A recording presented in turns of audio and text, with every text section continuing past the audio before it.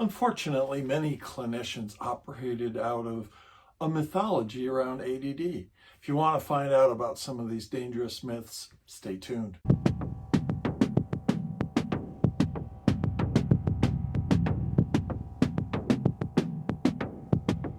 This is G.H. Glade, and many clinicians are guided by a mythology around ADD that just simply isn't true. ADD was first recognized back in 1792. Scottish physician Sir Alexander Crichton noticed that some people were more distractible and hyperactive. You will see many people argue that ADD is not a real disorder. It is listed in the Diagnostic and Statistical Manual, which is the book for how you diagnose. And we have a long history of recognizing that it actually is a difference. Daniel Amen did some really elegant work with brain scans, and he really demonstrated that it is a differently wired brain. Absolutely, it's real. And if it weren't real, how come some people get calmer, more focused when they get treated with appropriate medications? And other people, if they aren't ADD, they vibrate like a cheap watch. Fortunately, there are many clinicians, and I've had my clients tell me that my doctor didn't believe that I have ADD because they don't think it's real.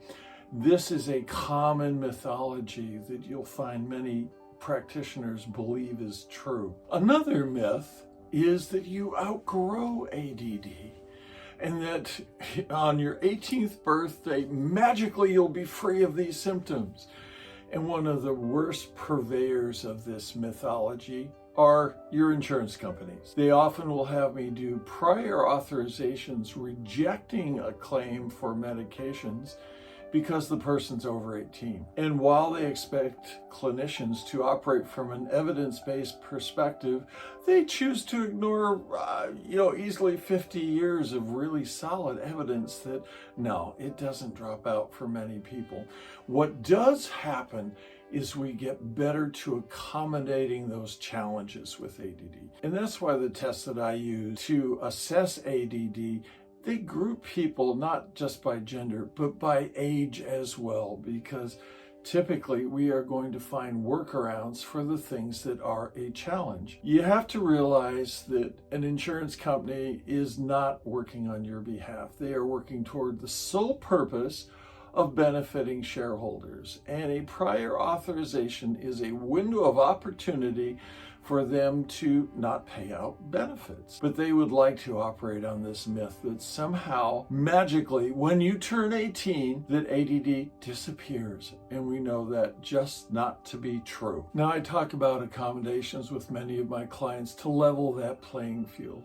And there are those who argue that accommodations for ADD give people an unfair advantage. When we talk about unfair advantage, when we recognize that this disorder actually is real, then we level that playing field and we find that the allowance for these advantages is part of law. It's called the Americans with Disabilities Act. It does not give people an unfair advantage because pure and simple, they have to answer the questions on the test. They are graded on that answer. What they are allowed to have is extra time to consider dealing with the fact that oftentimes there's a distractibility element. We also write accommodations to have people take their tests in a quiet room. And at some point, I'm going to do a video on all the available accommodations that a person with ADD can have when they are in school. Another misnomer is that ADD only affects boys. And let's look at boys. Boys tend to skew toward hyperactivity, and they tend to be more prone to get in trouble. Imagine yourself a teacher in a classroom. Who do you pay attention to? You pay attention to the little boy who's reaching into the fish tank trying to grab the fish, or the little girl who's quietly spaced out staring out the window? Which one is a bigger problem? And there is this myth that somehow ADD affects only boys. It affects both, but differently oftentimes. Girls tend to be more on the inattentive side. Boys definitely have a higher proportion of those individuals that have strong hyperactivity components. One of the criticisms of ADD is the primary medications are stimulants, and these are drugs that are abused. Currently in this country, we have an epidemic of methamphetamine abuse, and while there's some major differences, people make the argument that ADD is a gateway to drug abuse. We recognize that people with ADD have a higher incidence of comorbidity of substance use disorders. But there's some realities borne out by evidence-based medicine. If you treat boys, their risk for developing a chemical use disorder is exactly equivalent to that of their non-ADD peers. If you test out girls, they actually have less risk than their ADD peers. And I have adults that have been treated since they're adolescent, and they take an attitude in terms of when we talk about their potential drug history, it just never really had that much appeal to me. I tried it and it was meh. And so, yeah, why bother to use it? And this is a common experience. The other interesting thing is once a person has an addiction, I have a number of clients who have been through multiple chemical dependency treatment programs. The top one is 5 programs, and you got to realize these are about $30,000 a piece. And they acknowledge that they never had a comfortable sobriety until they treated their ADD. Now, one local program for chemical dependency treatment, Lakeside Milam, and one national program, Hazleton, they all recommend if somebody is appropriately diagnosed for ADD, that they remain on their ADD medications during the course of treatment. And why is this? Why do you suppose this is? Well, the mesh is tighter and they actually will get more out of treatment as a result of being able to pay attention to it. I have parents who beat themselves up because they have a child who has struggles with ADD. And sometimes even the schools are responsible for perpetuating this myth. They look at the kid who's acting out in school and they immediately come to the conclusion, bad parenting. This parent doesn't teach their child limits. And nothing could be farther from the truth. ADD parents really have unique challenges in raising kids that are ADD. First of all, they tend to be smart. Second, they tend to be distractible and very active. And this is a whole different kettle of fish than a neurotypical kid. That's not to say that neurotypical kids don't have their share of problems. This adds unique challenges to parenting. But absolutely, it is not a result of bad parenting. And frequently, parents deal with a lot of guilt because their kid sometimes gets into trouble.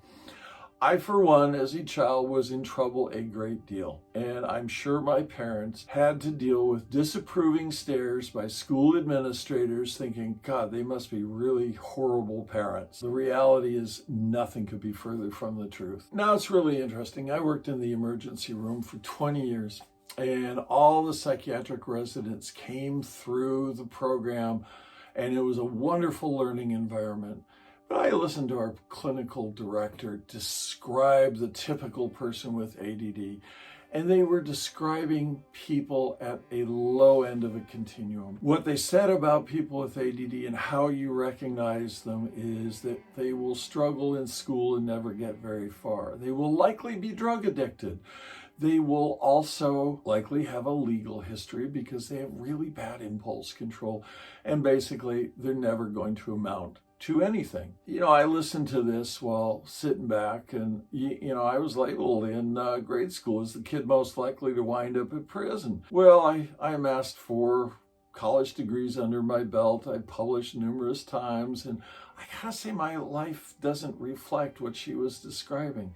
And the irony is the emergency room was filled with people just like me who had those synthesis thinking capabilities, which was the wheelhouse for people with ADD. The reality is most things exist on a continuum, and by and large, people with ADD are bright. The fact that people point to ADD as a barrier to achieving anything is one of the biggest and most ridiculous myths there are. Many amazingly successful people have ADD.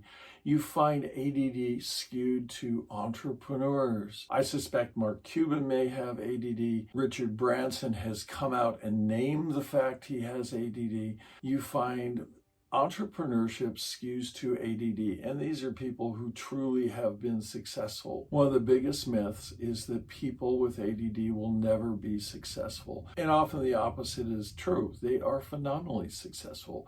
They realize that they have a talent for a very different way of thinking, and that can serve them awfully well. As much as it is a challenge, it can also be of extreme benefit. So this has been G.H. Glade for Coaching ADD. If this has been useful, thump that like button. And if you want to see more every week, hey, you know what to do. Hit that subscribe button. But most of all, I want you to share this platform. And the book contest goes on. Take care.